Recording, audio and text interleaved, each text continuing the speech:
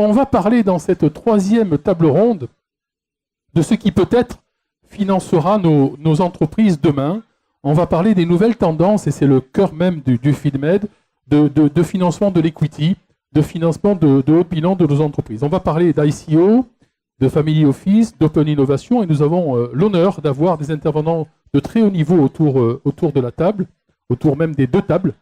Alors nous retrouvons Stéphane Simoncini qui est vraiment là dans sa posture de directeur des investissements du Crédit Mutuel CIC Innovation, le fonds d'investissement innovation du groupe Crédit Mutuel CIC. François Marenghi, bonjour, vous êtes avocat chez Tage.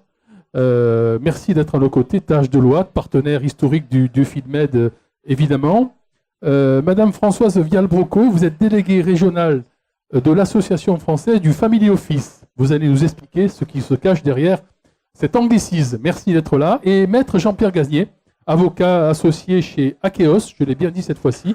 Vous allez nous parler de l'ICO. Vous êtes spécialiste de propriété intellectuelle, d'ICO et de tous ces sujets qui sont parfois extrêmement pertinents. Ils le sont toujours, mais qui sont parfois obtus pour nos petits cerveaux. Bien. Alors, on va commencer par vous, maître Gaznier. L'ICO, c'est une nouvelle tendance, c'est un peu à la mode. On entend parler de ce terme depuis quelques temps. D'abord, qu'est-ce que c'est que l'ICO? Alors, si j'en donne simplement la définition, c'est bien l'Initial Coin Offering.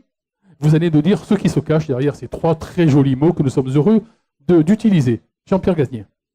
Alors, tout d'abord, je vais platement m'excuser auprès des hyper spécialistes de l'ICO parce qu'évidemment, je ne vais pas rentrer dans le détail qui est quand même relativement complexe. ICO, Initial Coin Offering, c'est calqué sur le terme de IPO qui est appel public à l'épargne, hein, offre publique.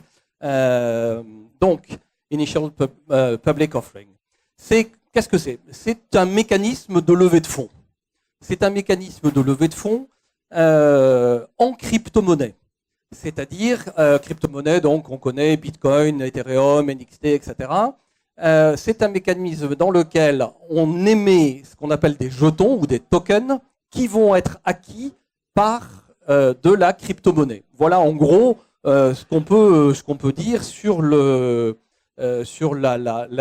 Donc le porteur va émettre ces fameux tokens qui vont être achetés et qui vont avoir une valeur qui va fluctuer dans le temps en fonction de la valeur du produit. Et je dirais que généralement, plus on est un early adopter, comme on dit, plus on achète relativement tôt, plus la valeur du token a des chances d'évoluer à la hausse. Donc l'entreprise concernée va avoir de la dette exprimée en crypto-monnaie à son bilan. Alors, on peut dire ça. Elle a effectivement de la dette et généralement la contrepartie, très souvent, la plupart du temps, la contrepartie de cette opération, ça va être l'accès à des produits ou à des services de l'entreprise. Donc c'est un paiement anticipé de produits ou de services offerts par l'entreprise. On a par exemple le cas aux États-Unis très célèbre d'un data center ou d'une offre, en tout cas de stockage de données extrêmement performante qui s'est financée grâce à ça. La contrepartie de ces fameux tokens, c'était de l'espace de stockage des services fournis par cette entreprise. Très bien. Alors, est-ce que ces tokens, cette crypto-monnaie qui est finalement au passif de nos entreprises, elle est transformable dans tous les cas en actions ou en parts de société? Alors, ça, c'est un point extrêmement important. C'est pour ça que j'ai insisté sur le fait de dire que la plupart du temps, ces tokens ne correspondent pas à des parts de société. Parce que, il y a une raison très très simple, si jamais ces tokens devaient correspondre à des parts de société, alors on rentre dans une réglementation extrêmement, ça peut arriver, extrêmement spécifique de l'appel public à l'épargne, de l'appel public de l'investissement public. Donc on doit à ce moment-là respecter la réglementation, une réglementation financière très contraignante. Donc la plupart du temps, on a deux types, la plupart du temps, les entreprises utilisent ce qu'on appelle alors pardonnez l'anglicisme, les utility tokens ou les jetons d'usage dont la contrepartie ne sont pas et ne doivent pas pouvoir être transformés en parts de société. C'est même une des recommandations pour échapper à une qualification particulière qui supposerait à ce moment-là que les opérateurs bénéficient d'une accréditation, ou du moins d'une accréditation de la CPR en matière financière. Donc, on est vraiment sur... il faut toujours être extrêmement prudent quand on a affaire à une ICO, qu'on soit l'émetteur de l'ICO, qu'on soit la plateforme qui supporte l'ICO ou qu'on soit l'investisseur, pour savoir exactement dans quel cadre précisément on va se trouver. Très bien. L'ICO finalement est en train de se développer. A-t-on déjà une courbe d'expérience sur ces sujets-là? Et en sous-jacent de ma question, quels risques et quelles précautions? Alors, on a déjà effectivement des retours d'expérience. L'AMF a eu à connaître je crois, 27 ICO, ou en tout cas un peu plus d'une vingtaine d'ICO en 2017. Je n'ai pas les chiffres 2018.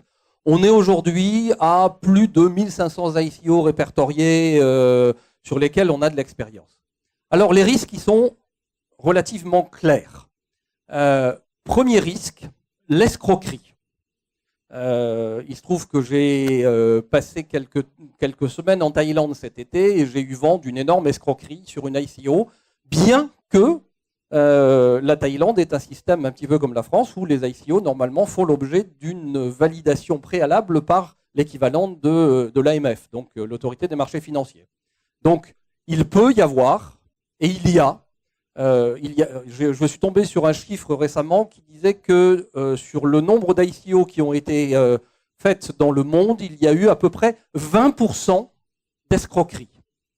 L'AMF publie une liste de sites qui sont des sites non recommandables. Donc, il faut suivre ça de très près. Donc, premier risque, c'est celui-là. Deuxième risque, qui n'est pas négligeable, c'est le risque finalement que les investisseurs se lancent un peu tête baissée. Ça fait bien, on va investir en crypto-monnaie. Alors, j'achète des tokens, machin. Ouais, c'est un joli projet. Sauf que, qu'est-ce qu'on achète? Qu'est-ce qu'il y a derrière? Quel est le projet? Ça suppose une information. Une information sur les risques, comme dans tout investissement financier, une information sur le fait que, on peut ne pas en avoir pour son argent, on peut perdre son argent, ça, il faut le savoir. Il faut donc connaître, et c'est une des recommandations de l'AMF, il faut donc connaître quel est le niveau de sensibilité au risque de l'investisseur. Est-ce qu'il est prêt à risquer ou est-ce qu'il n'est pas prêt à risquer? Et ça suppose qu'il y ait une information claire, précise et transparente. Cette information, elle doit être donnée et c'est une des recommandations majeure, je dirais, de l'AMF, elle doit être donnée dans ce qu'on appelle un white paper, donc un document qui va traduire très précisément, qui répond à un certain nombre d'exigences. Premièrement, une information la plus précise possible sur le projet, une information sur les risques et une information sur les garanties techniques. Alors certes, l'ICO s'appuie généralement sur la technologie blockchain, mais passe par un smart contract. Si le smart contract est mal élaboré, mal ficelé, si je puis dire, on va avoir des problèmes. Donc une des recommandations qui a été faite au niveau européen cette fois-ci serait qu'il y ait une sorte d'agence au niveau européen. C'est une des propositions de l'AMF qui pour l'instant n'a pas été retenue, mais je vais vous expliquer pourquoi. Une sorte d'agence qui soit en mesure de faire une expertise, de donner une expertise sur la qualité du smart contract. Alors, ça n'a pas encore été retenu parce que l'Agence européenne des marchés financiers attend un peu de voir quelles sont les différentes législations mises en œuvre et les différents types de contrôles qui sont mis en œuvre dans les États membres pour essayer d'harmoniser tout ça et de voir dans quelle zone naviguer, si je puis dire. Oui, parce qu'aujourd'hui, le visa de l'AMF dont vous parlez, il n'est pas obligatoire, il est optionnel. Alors, je ne parlais pas du visa de l'AMF, là, encore. Je parlais c'était une suggestion, une proposition de l'AMF de mettre en place une instance de vérification, finalement, technique, de la qualité du smart contract, notamment. Alors, ce dont vous parlez, c'est ce qui vient d'être adopté par le Parlement. C'est l'article 26 de la future loi Pacte qui prévoit effectivement un visa pour les entreprises qui vont se livrer à des ICO. Alors pourquoi un visa? Un visa optionnel. Ce visa optionnel, ne garantira pas, bien évidemment, la réussite de l'opération. C'est pas le boulot de l'AMF, si je puis dire. Mais ce visa va garantir, à minima, que les opérateurs sont des gens sérieux. C'est-à-dire qu'ils répondent à un minimum de critères, à un minimum d'exigences. Parmi ce minimum d'exigences, il y a la qualité précisément de l'information qui va être fournie, la qualité du white paper. Ça, c'est fondamental. Autrement dit, ne jamais se lancer dans une ICO sans avoir à minima lu et compris le white paper et éventuellement poser toutes les questions nécessaires. C'est exactement comme quand on fait du crowdfunding ou quand on fait de l'entrée sur un marché. Encore une fois, qu'est-ce qu'on achète? Et si on n'a pas la compétence, et ça peut se comprendre, pour comprendre et analyser ce white paper, alors il est indispensable de recourir à des professionnels qui vont être capables de vous aider, si vous êtes investisseur. Et si vous êtes collecteur, si je puis dire, hein, l'entreprise qui va émettre l'ICO, faites-vous accompagner pour rédiger ce white paper. Encore une fois, plus le marché, plus les opérateurs seront transparents, plus la confiance des investisseurs sera grande et plus le marché se développera. Si on va vers une banque aujourd'hui, c'est qu'on sait très bien qu'une banque fournit des garanties. Eh bien, il faut que les opérateurs, dans le cas des ICO, soient en mesure d'apporter des garanties aussi. Et ces garanties-là, c'est des garanties de sérieux, des garanties encore une fois, d'information, de transparence, etc. Et des garanties techniques. Un autre risque, par exemple, de l'ICO, c'est que le portefeuille dans lequel les actifs se trouvent puisse être piraté. Ça arrive. Et on en revient au risque dont nous parlait Franck Aucoin tout à l'heure. Et on en revient au cyber-risque, tout à fait. Merci, Maître Gagné. On voit bien peut-être que demain, vos entreprises ou vous, investisseurs, vous aurez recours à l'ICO, au token, à la crypto-monnaie. On voit bien la chaîne, hein, ICO fait appel à la crypto-monnaie qui, elle, va être convertible grâce à la chaîne de blocs, au blockchain. On voit bien tous ces sujets qui vont structurer l'endettement et les investissements pour nos entreprises. Et dès demain, on est là très en amont. C'est tout le sujet du FilmEd. Vous voulez rajouter quelque chose? Oui, je voudrais juste rajouter une chose. Jusqu'à présent, l'AMF nous dit que les tokens ne sont pas ce qu'on appelle des titres financiers, donc ne rentrent pas dans la réglementation très rigoureuse des titres financiers posés par l'AMF. On a là un petit sujet d'inquiétude et d'interrogation, tout simplement parce qu'il y a une directive qu'on appelle la directive prospectus qui va rentrer en vigueur le 29 juillet 2019. Et cette réglementation, c'est pas une directive, c'est un règlement, pardon. Et ce règlement prospectus soumet à cette réglementation stricte des marchés financiers les valeurs mobilières. La question, c'est peut-on qualifier les tokens de valeurs mobilières? Si oui, alors à ce moment-là, on rentrerait dans cette réglementation des marchés financiers. Sinon, on échappe à cette réglementation. Pour l'instant, on se pose la question. Certains juristes considèrent que oui, ce sont des valeurs mobilières. Certains considèrent que non, ça n'en sont pas. On attend une décision claire de l'Agence européenne des marchés financiers qui devrait arriver début d'année 2019. Donc à suivre, à surveiller. Merci Maître Gazier. Maître Barenghi, on a vu le cadre, les risques, les quelques précautions à prendre lorsqu'on est soit investisseur, soit collecteur, émetteur. Maître Barenghi, l'aspect fiscal des ICO, des tokens, quelques mots là-dessus. Alors, ce qu'il faut dire, c'est qu'à l'heure actuelle, du point de vue fiscal, il n'y a rien. Donc, rien de très précis, il n'y a pas de doctrine, il n'y a pas de texte. Ça signifie que tout est possible. Non, ça signifie simplement qu'on doit se placer à ce moment-là dans le cadre des principes qui nous régissent. Donc, effectivement, à part une décision du Conseil d'État récente qui concernait la cession de la fiscalité des cessions de Bitcoin pour des particuliers, on n'a pas grand-chose. Donc, on travaille actuellement en fait à l'élaboration d'une doctrine. Donc, Deloitte, dont Taj est membre en fait de l'AFGC, l'Association française pour la gestion des cybermonnaies. Et donc, je sais à travers ces travaux que les propositions avancent et que des textes sur la matière sortiront dans les mois qui viennent. Donc ça nous donnera un cadre précis, parce qu'au jour d'aujourd'hui, effectivement, bien sûr, on applique les principes existants, mais c'est quand même un peu inconfortable. Donc, si on applique les principes qui sont ceux, effectivement, du droit fiscal, on va regarder tout ce qui est territorialité, etc. Est-ce que la société est en France, à l'étranger? Est-ce que les dirigeants sont en France ou à l'étranger? Est-ce qu'il y a un établissement stable ou pas? Est-ce que la propriété intellectuelle est en France? Est-ce que les services vont être rendus en France? Donc, pour qualifier un environnement. Bon, maintenant, si on suppose que la société est en France et que tout se passe en France, à ce moment-là, on applique les principes en matière d'impôt sur les sociétés et de TVA. Pour des véhicules qui sont quand même très éloignés de ceux dont on a l'habitude de les observer.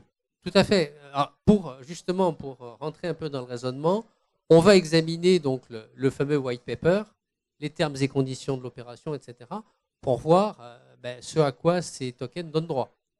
Généralement, donc, comme il a été dit précédemment, ce sont plutôt donc, des utility tokens et non pas des security tokens. Les security tokens donnent droit à des résultats et éventuellement des droits de vote, mais ils sont beaucoup plus rares. On n'a généralement plus affaire à des utility tokens qui donnent droit en fait à un accès à une plateforme qui est généralement développée par l'entreprise et à des services ou biens futurs qui sont disponibles sur cette plateforme. Donc à partir de ce moment-là, on essaie d'analyser la double nature en fait de ces ICO qui sont un outil de financement non dilutif, ça apporte de l'argent, et une espèce de prévente de services futurs.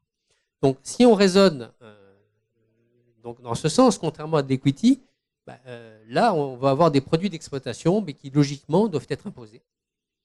La question c'est de savoir si c'est imposé sur l'exercice ou si ça peut être étalé sur plusieurs exercices, si effectivement les prestations en face sont également étalées.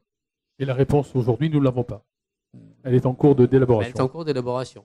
Même chose pour la TVA, puisqu'il s'agit de prestations de services. Normalement, la TVA se perçoit à l'encaissement. Donc aussi, est-ce qu'on paye tout de suite ou est-ce que c'est étalé dans le temps?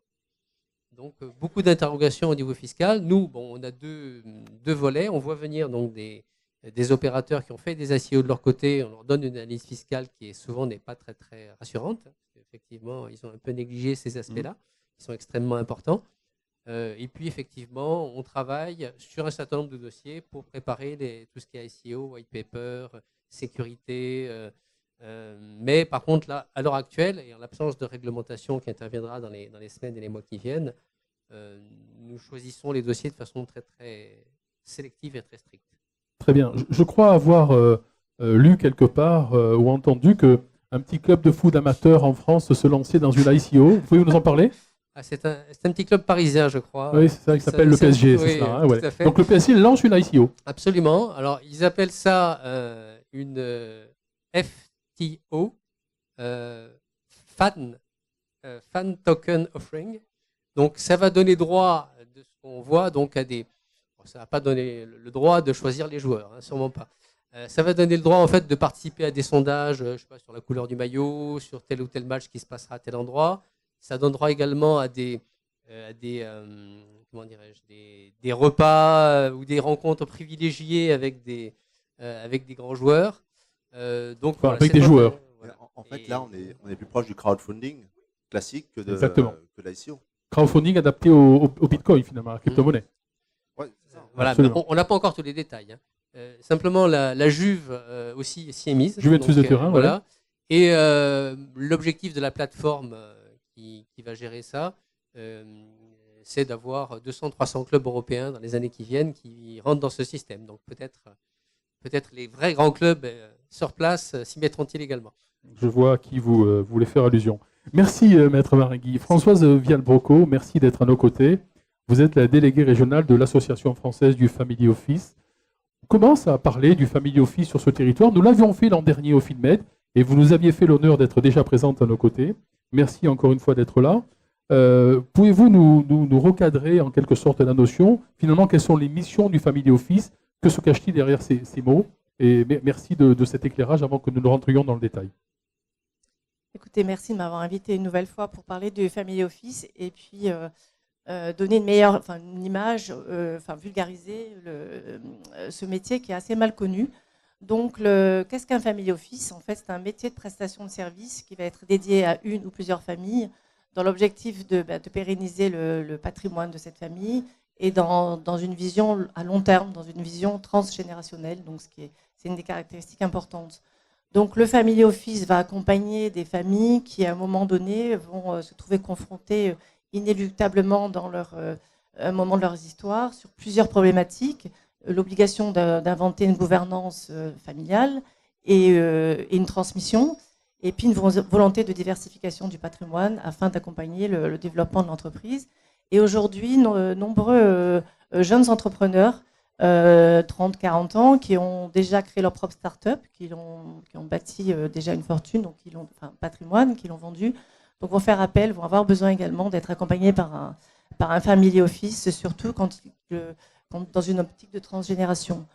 Donc en fait, le family office, ce qui est important à savoir, il ne gère pas, il ne vend pas de produits, il conseille et il accompagne les familles ou les entrepreneurs et se distingue complètement d'un conseiller en gestion de patrimoine, d'un banquier privé ou d'un gérant.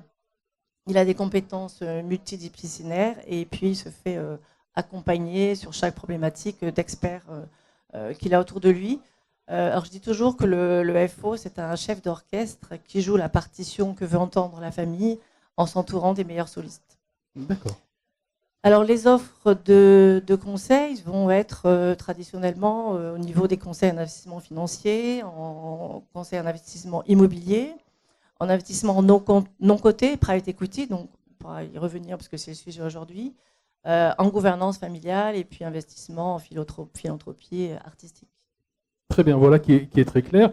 Petite parenthèse, vous pourrez poser des questions sur tous les sujets de la table ronde tout à l'heure, évidemment. Alors, vous nous avez exposé les grandes lignes du Family Office, merci. Et je crois savoir qu'il y a un mouvement aujourd'hui qui s'amplifie. C'est finalement ce qui fait le lien avec FeedMed, c'est que le Family Office arrive dans le financement de l'equity de nos startups ou de nos entreprises. C'est balbutiant. Nous sommes là aussi dans le cœur même, dans l'ADN du FeedMed. Nous sommes en amont des grandes tendances du financement de l'equity demain. Quelques mots sur cette tendance. Il y a, me semble-t-il, Françoise Vial-Broco, un baromètre que l'AFO, l'Association française du Family Office, a fait paraître, qui donne des éléments sur cette tendance. Alors effectivement, le troisième baromètre donc organisé par l'AFO auprès de Family Office, donc sur les questions de savoir quelles étaient les appétences au risque de leurs clients, quelles étaient les stratégies d'allocation d'actifs qu'ils voulaient privilégier, donc montre particulièrement le baromètre qui est sorti au mois de mai, que les familles ont envie, en tout cas d'investir directement dans les sociétés, dans le private equity, et ceci pour cette année et puis pour l'année prochaine. Donc on est vraiment effectivement dans un mouvement d'intérêt pour les familles d'investir dans les entreprises. Pourquoi ? Parce que dans cette optique de transgénération, c'est vrai qu'un investissement peut être fait à long terme et passer d'une génération à l'autre. Donc c'est vraiment une tendance que l'on perçoit, et puis c'est également évidemment une stratégie de diversification du patrimoine. D'accord. Et cet investissement, elles peuvent le faire en direct. Parfois, elles créent même leurs propres fonds. Soit elles passent par des supports déjà existants. Alors en fait, il existe plusieurs. Le family office est un métier multiforme. Donc il y a des mono-family office qui ne vont s'occuper, donc comme le terme l'indique, que d'une seule famille. Donc à ce moment-là, mono-family office, c'est un ou deux salariés de la structure, de la holding familiale. Il y a des multi-family office qui sont soit indépendants, donc le capital est détenu par des personnes physiques au moins à 51%, soit bancaires. Donc il y a plusieurs, en France, multi-family office bancaires. Et donc, donc comment les familles vont investir dans private equity ? Donc ça va être soit en direct, directement dans le capital des entreprises, soit via des fonds. Donc soit des fonds qui existent sur le marché, soit des fonds dédiés, donc qui vont être créés par la famille.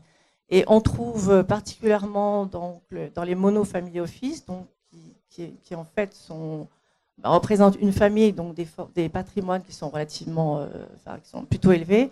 Donc beaucoup de fonds d'entrepreneurs.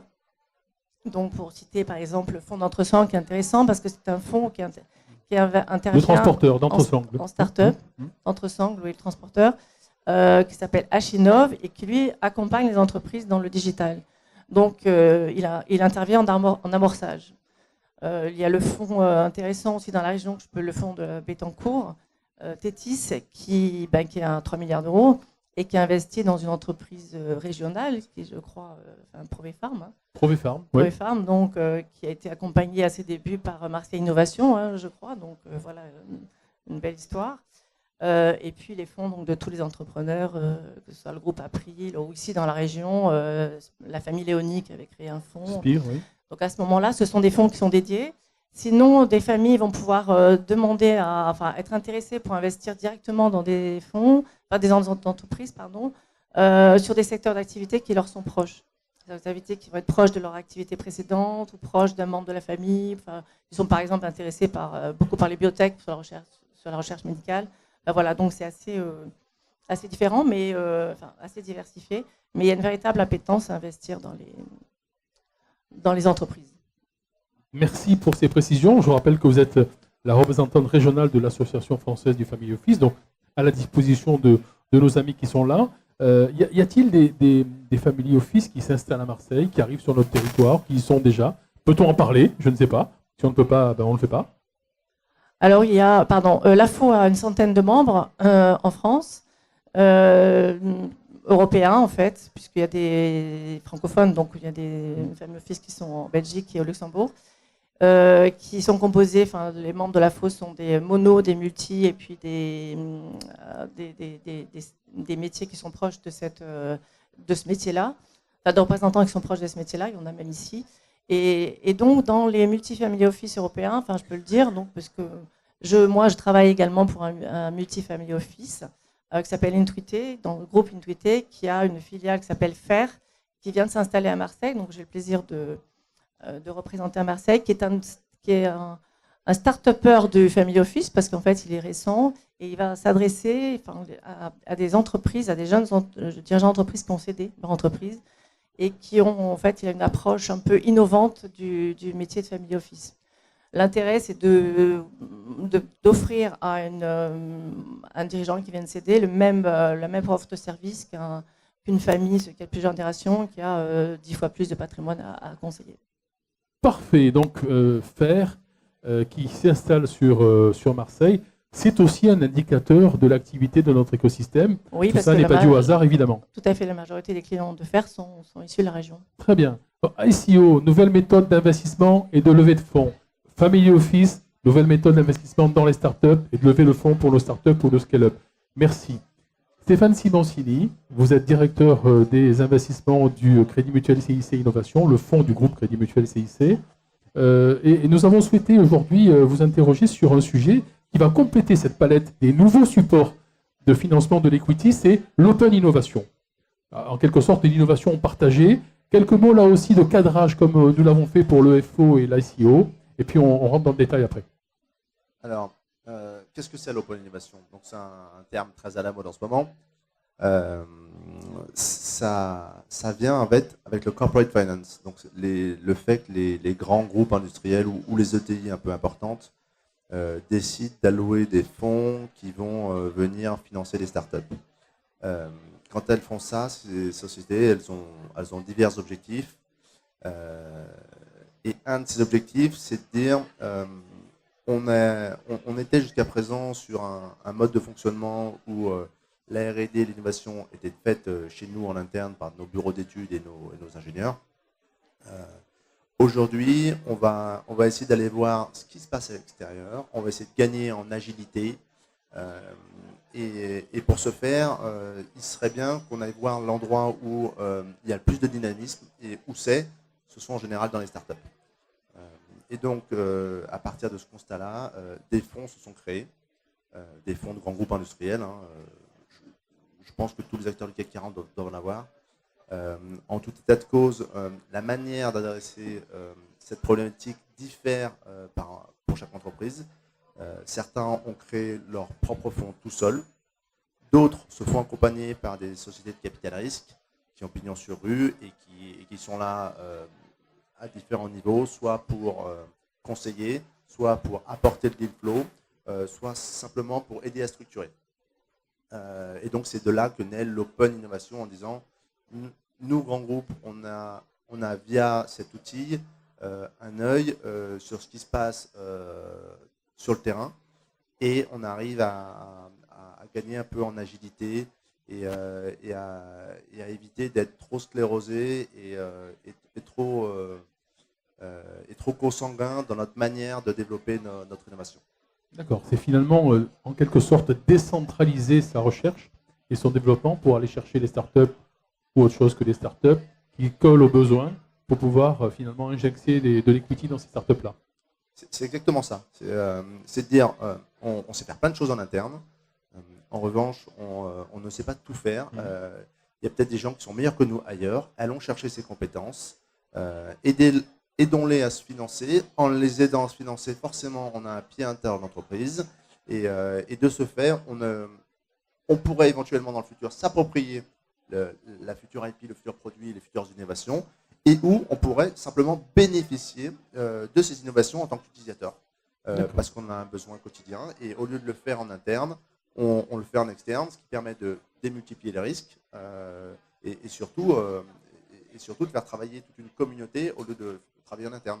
C'est un peu comme dans toute la mouvance de crowd qu'on connaît, que ce soit le crowdfunding, la crowd innovation. On est meilleurs tous ensemble plutôt que tout seul. Ce qui permet d'atomiser le risque, évidemment. Une position du fonds CMCIC Innovation par rapport à ce mouvement. Comment vous positionnez-vous? Alors, on est très, très régulièrement interrogé par ces industriels qui se posent des questions en se demandant comment on pourrait y aller, comment faire pour investir, c'est quoi le process, quelles sont les conséquences post-investissement, comment on suit une boîte, qu'est-ce qui se passe quand la boîte va mal, qu'est-ce qui se passe quand la société doit déposer le bilan. Donc il y a beaucoup d'interrogations auprès de ces grands groupes. Aujourd'hui, on n'a jamais franchi le pas en se disant bon ben on va le faire, on va les accompagner. Donc notre rôle aujourd'hui se limite à donner du conseil. On n'a jamais dit tiens on va monter un fonds avec vous ou tiens on va vous dédier une équipe.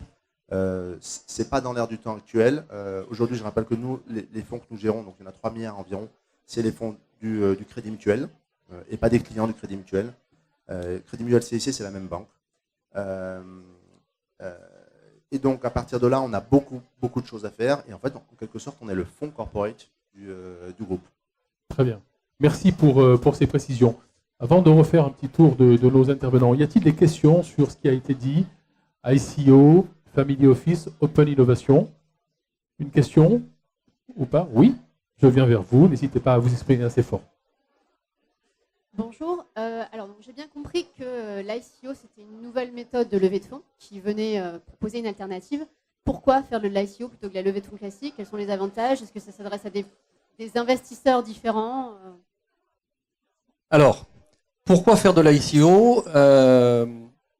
Déjà parce que, on l'a dit, la plupart du temps, ça finance un projet et non pas de l'equity, c'est-à-dire ça ne se transforme pas en part de société. Donc, c'est un moyen de financer un projet, comme le disait M. Marenghi tout à l'heure, non dilutif. Il n'y a pas de dilution des porteurs de parts de la société face à cet investissement. Donc, c'est déjà un point, c'est effectivement plus ou moins assimilable avec beaucoup de guillemets à du crowdfunding. Première chose. Deuxièmement, ça permet d'aller relativement vite, à condition d'avoir très bien structuré son projet à la base. Encore une fois, c'est fondamental. Voilà au moins deux réponses à votre question. Troisièmement, ça permet aussi d'aller s'adresser à d'autres personnes que les investisseurs classiques qu'on connaît, les business angels, les banques, les fonds d'investissement, etc. Donc ça permet de ratisser plus large et notamment de faire appel, comme dans le crowdfunding par exemple, à des investisseurs privés. Donc on élargit la palette, on élargit la base pour collecter les fonds, ce qui n'est jamais inintéressant. Voilà. Encore une fois, le maître mot, c'est comment est-ce qu'on structure correctement son opération. Il faut être d'une clarté et j'ai envie de dire, le maître mot, c'est professionnalisme. Qu'on soit la plateforme qui va supporter l'émission d'ICO, qu'on soit l'émetteur de l'ICO, il faut être professionnel. Alors, pas d'autres mots. Et je dirais 3 mots pour ce qui concerne les investisseurs: prudence, vigilance et également professionnalisme, parce que ça suppose de regarder ou de se faire accompagner si on ne sait pas, mais vérifier qu'on ne s'embarque pas dans des opérations, dans n'importe quelle opération. Mais après, j'allais dire, pour des investisseurs plus traditionnels, rien n'empêche, en tout cas, rien ne va empêcher des investisseurs traditionnels, des fonds par exemple, aujourd'hui, de participer à des ICO en crypto-monnaie. Oui, justement. Stéphane Simoncini. globalement, les investisseurs institutionnels restent assez loin de ce marché de l'SEO. En France. Euh, En France. Ouais, mais même à l'étranger, c'est hyper light. Oui. Parce que l'investisseur, il veut devenir actionnaire. Et avec l'ICO, il ne l'est pas. Il est détenteur d'un token, un token qui donne droit à un service. C'est pas la même logique. Exactement. Alors, soit il spécule sur le fait que ce token va prendre de la valeur, ou que le support, donc la monnaie électronique qui est derrière, va prendre de la valeur, et donc le support mathématiquement lui aussi prend de la valeur. Et donc, dans ce cas-là, il pourrait gagner sa vie, parce que le financier, c'est ce qu'il cherche. Hein. Il cherche à acheter pour revendre. Soit il va se tenir en retrait, ce qui est notre cas, nous, et principalement le cas en France, des acteurs qui ont besoin d'un cadre législatif hyper clair pour pouvoir mettre le moindre euro. Un sujet qui mérite d'être structuré, et évidemment, mais ça risque d'arriver assez vite. François Marenghi le disait, quelques semaines ou mois, sans doute. En tout cas, c'est urgent, me semble-t-il, quand on vous entend, messieurs, sur le sujet. Une autre question sur le Family Office. Oui, un monsieur là-bas au fond. Qui est le monsieur là-bas au fond? Bonjour, le monsieur Marc, viens. Non, tu as une voix qui porte, mais on va te laisser le micro quand même. Bonjour, Marco Ascension du cabinet KPMG. Ma question porte sur les ICO et notamment sur les fameux utility tokens. Je pense que c'est l'exemple un peu qui a été retenu tout à l'heure. Ma question est, j'ai compris que ces tokens peuvent prendre de la valeur. Est-ce qu'il y a déjà des mécanismes prévus pour éviter, si j'ose dire, l'inflation? Parce que derrière les tokens, il y a surtout un service qui est prévu d'être rendu par l'émetteur. Ce service, il a une valeur marchande puisque la société travaille et elle fournit ce même service à des clients, autres que les détenteurs du token. Et la question, c'est, est-ce qu'il y a déjà des mécanismes pour conserver un peu de symétrie entre le service concerné et la valeur du token qui, j'ai compris, avec le temps, va s'apprécier probablement avec la valeur de l'entreprise? À ma connaissance, à ce jour, il n'y a pas de mécanisme précis. Ça veut dire qu'au moment de la constitution du white paper et quand on va analyser le white paper sur un projet, il va falloir regarder quels sont éventuellement les mécanismes internes qui sont prévus, comment est-ce qu'on détermine le prix, apparemment il y a un problème de micro, comment est-ce qu'on détermine le prix, comment est-ce qu'effectivement, est-ce que les tokens sont liquides ou pas, est-ce qu'on va pouvoir les revendre, les échanger sur une place de marché liée à la crypto-monnaie, les reconvertir en crypto-monnaie et échanger. C'est un ensemble de questions. Pour l'instant, on en est un peu au balbutiement. Faut bien se rendre compte que tout ça va rester à structurer. Mais en tout cas, légalement, il n'y a pas de système particulièrement prévu. Alors, je précise que pour toutes les plateformes, les fintech, etc., qui se lancent là-dedans, va se profiler. Il y a effectivement le visa de l'AMF, mais il est essentiel de s'interroger sur la qualification précise de l'opération, parce qu'on peut vite tomber soit dans le conseil financier, par exemple une plateforme qui n'envoie pas de sollicitation par mail pour aller récupérer des investisseurs potentiels qui vont investir dans les projets, ne sera pas a priori qualifiée de conseil financier. Par contre, une plateforme qui va aller solliciter des investisseurs va tomber dans la qualification de conseil en opération finance. Donc va tomber dans une réglementation précise, etc. Donc là encore, il y a toujours, on est aujourd'hui sur des qualifications juridiques extrêmement fines qui dépendent du code, notamment du code des marchés financiers, et il faut être d'une extrême prudence. Donc là, ça suppose que, je suis désolé, je vais prêcher pour notre paroisse, je regarde Maître Marenghi aussi, mais il faut faire appel à des juristes qui sont capables de qualifier ces opérations pour être sûr de ne pas, passez-moi l'expression, de ne pas se planter. Parce que si on se plante, ça fait très mal. Les amendes derrière et les sanctions peuvent être extrêmement lourdes. Merci, Maître Gaznier. Une dernière question avant quelques mots de conclusion. Oui. C'est bon? Oui. Je vous remercie. Ma question s'adresse principalement aux banques. Je voulais savoir, lorsqu'on a un projet de start-up, notamment d'une fintech, est-ce qu'on peut venir vous solliciter, alors même les family office également, lorsqu'on a juste une DAO, créer une DAO, ou est-ce qu'on doit venir vous solliciter après avoir créé une structure type SAS ou SASU? À quel moment on peut venir se signaler auprès de vous pour dire voilà, on a un projet, on a une start-up, on est en train de la créer. Est-ce qu'il faut vraiment attendre d'avoir créé une structure juridique reconnue, on va dire, au niveau du RCS, ou on peut venir vous voir avant? Alors, juste pour être sûr de ne pas répondre à côté, DAO, vous entendez quoi? C'est une organisation décentralisée, en fait. Ça rejoint un peu l'ICO, dans le sens où c'est des smart contracts, en fait. C'est-à-dire que vous allez aller sur la blockchain, créer une structure qui, à mon sens, n'est pas reconnue encore légalement, voilà, on est d'accord, juridiquement par l'État français. Mais c'est une structure qui existe, qui vous permet de trouver des investisseurs, enfin de récupérer des investisseurs, mais tout se fait de manière virtuelle, électronique. Il n'y a pas de, vous n'allez pas avoir un cabis, si vous voulez, pour aller solliciter les banques. Mais c'est déjà sérieux, puisque vous avez déjà entamé une démarche de création, mais via smart contract. Donc ma question, c'était, est-ce qu'il faut quand même passer l'étape de la SAS, ou est-ce qu'on peut, à ce niveau-là, venir vous solliciter? Alors, pour pour ensuite nous, éventuellement créer une SAS, etc. je vais parler pour nous et après je laisserai répondre les autres Ça va, intervenants. comme ça. Pour nous, s'il n'y a pas de société, on ne peut pas investir. Voilà. Donc, et je vais même aller un peu plus loin, il faudrait un peu plus que des smart contracts. Il faudrait que ces contrats soient rémunérés et qui prouvent que le service ou le produit que vous vendez derrière apporte quelque chose, un plus à votre client. Alors nous, on est dans la rupture techno, donc il faudrait que ce plus, faudrait que votre client, en gros, nous dise oui, j'ai fait appel à vous parce que le service qui m'a été rendu ou le produit qui m'a été vendu, j'ai pas trouvé mieux ailleurs, parce qu'il répond à telle ou telle problématique qui n'a pas trouvé de solution aujourd'hui sur le marché, etc. Donc derrière le Spark Contract, bon, il peut y avoir qu'un PowerPoint. Nous, il faut du concret. Merci Stéphane Simoncini, Françoise Vial-Bocco. Alors au niveau des family office, je vais peut-être faire un petit peu la même réponse. À moins qu'un client, une famille soit intéressé par un projet, même avant qu'il soit créé, enfin qu'il soit en SAS, oui, on peut s'y intéresser sur demande de la famille. Mais sinon, c'est un petit peu plus difficile. Merci. Une dernière question ou pas?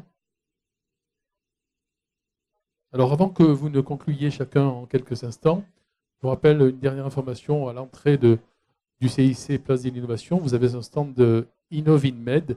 C'est un événement qui se déroulera à Marseille pour la deuxième fois, les 19 et 20 novembre prochain au Palais du Pharo, dédié à l'e-santé, à l'innovation médicale de ce territoire.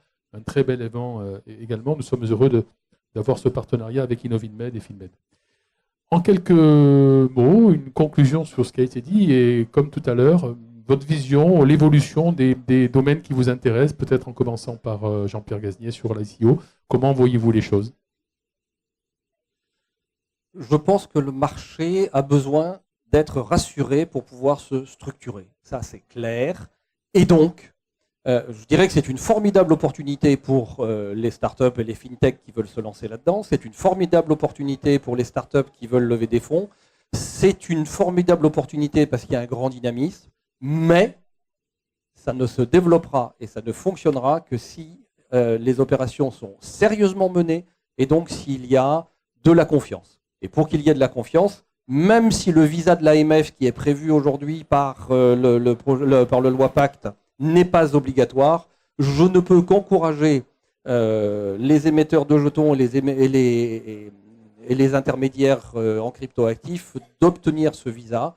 C'est ce qui va permettre de rassurer tous les opérateurs, j'allais dire, qui vont intervenir dans le cadre des ICO. Et je pense que c'est absolument indispensable. Et deuxième chose, et je termine, je sais que je suis bavard, pardon, mais je suis avocat, qu'est-ce que vous voulez. Deuxième chose, extrêmement important, suivre l'évolution de la réglementation. On en est au balbutiement, on en est à la mise en place d'un cadre. Ça va évoluer vite, mais ça va évoluer assurément. Donc suivre ça de très près. Merci. Sur le même sujet, Maître Marenghi, peut-être votre vision sur l'ICO. Oui, je vais dans le sens de mon confrère, puisqu'effectivement, bien qu'il y ait beaucoup d'ICO en cours, le marché est un petit peu attentiste. Il attend en fait la réglementation, très clairement, la loi Pacte, puis la réglementation fiscale et comptable. Et puis après, je pense qu'on sera bien armé pour être une ICO nation. Voilà. Mais nous l'espérons, nous en parlerons sûrement l'année prochaine au FinMed 19. Françoise Vial-Bocco, quelques mots sur la vision de développement du Family Office sur ce territoire. Alors, Family Office, c'est un métier vraiment qui est en plein développement, notamment, comme j'ai dit tout à l'heure, avec des jeunes entrepreneurs qui ont cédé leur entreprise, donc des jeunes familles, on va dire. Et puis, donc, l'augmentation de l'intérêt pour investir dans des entreprises, que ce soit en start-up et en CapDev, on n'a pas parlé, mais et particulièrement sur le territoire, donc qui est actif, comme on peut le voir, et dynamique, comme on peut le voir dans une journée comme celle-là. Merci beaucoup. Et enfin, Stéphane Simoncini. Les banques et les investisseurs sont globalement des acteurs frileux. Et donc, tant qu'ils ne seront pas suffisamment rassurés par un cadre législatif clair, ils n'iront pas sur ces modes de financement alternatifs que sont les ICO. Mais, a priori, c'est le sens de l'histoire. Donc, il n'y a pas de raison qu'on n'y aille pas un jour, mais c'est peut-être encore un peu tôt. Et je dirais que sur l'ensemble des éléments qui ont été abordés aujourd'hui, on est à chaque fois sur de l'investissement qui est décentralisé. On n'est plus sur l'acteur unique qui vient investir de manière unitaire dans l'entreprise. On est sur de l'argent qui vient de partout qui vient de partout pour financer des projets qui, dans tous les cas, sont innovants. Merci, madame. Merci, messieurs, pour votre intervention. On peut vous applaudir. Merci pour avoir défriché ces sujets. Voilà, pour ceux, alors, pardon, mais on doit faire un choix. Pour ceux qui ont le petit passille rouge, là, un cocktail vous attendra à partir de 12h30 en bas. On va y accéder par l'accueil là-bas. Et puis, pour ceux qui le souhaitent, à partir de 14h pétantes, sur ce même plateau, 17 startups pitcheront tout au long de l'après-midi pour vous présenter leurs projets, leurs ambitions et leurs objectifs. Merci à toutes et à tous et bon après-midi.